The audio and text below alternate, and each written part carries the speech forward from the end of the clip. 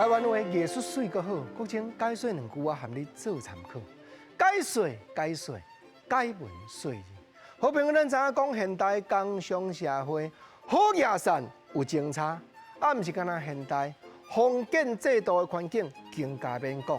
所以国情今日要招你来研究100-200年前咱幼囡仔咧读的硕士汉文、台语的汉文，伊内底咧比较贫甲富。当然，我咧讲这毋是叫你讲着爱悲观。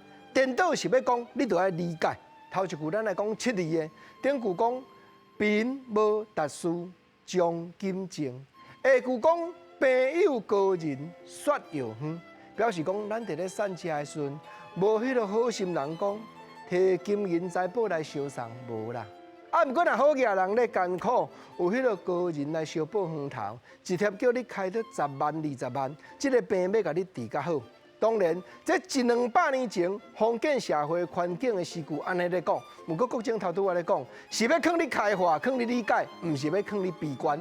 所以规本硕士汉文咱读个透，毋是干那7字尔，另外佫有5字的咧劝人。劝人讲安怎？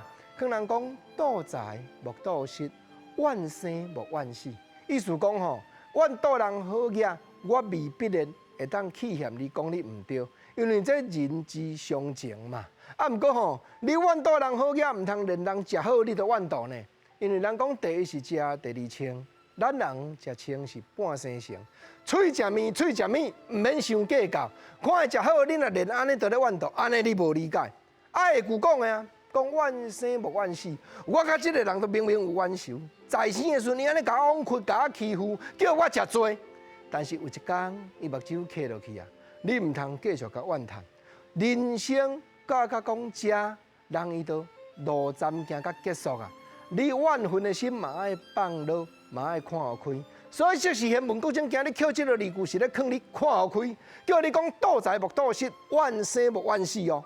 啊，7字的讲完，讲5字的，5字的讲完，咱换来讲4字的，来讲贫穷自在，富贵多忧，有影啦。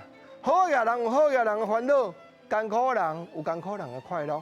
毋则较早台湾歌嘛咧讲别人的阿滚是穿西米露，阮的阿滚是卖青蚵。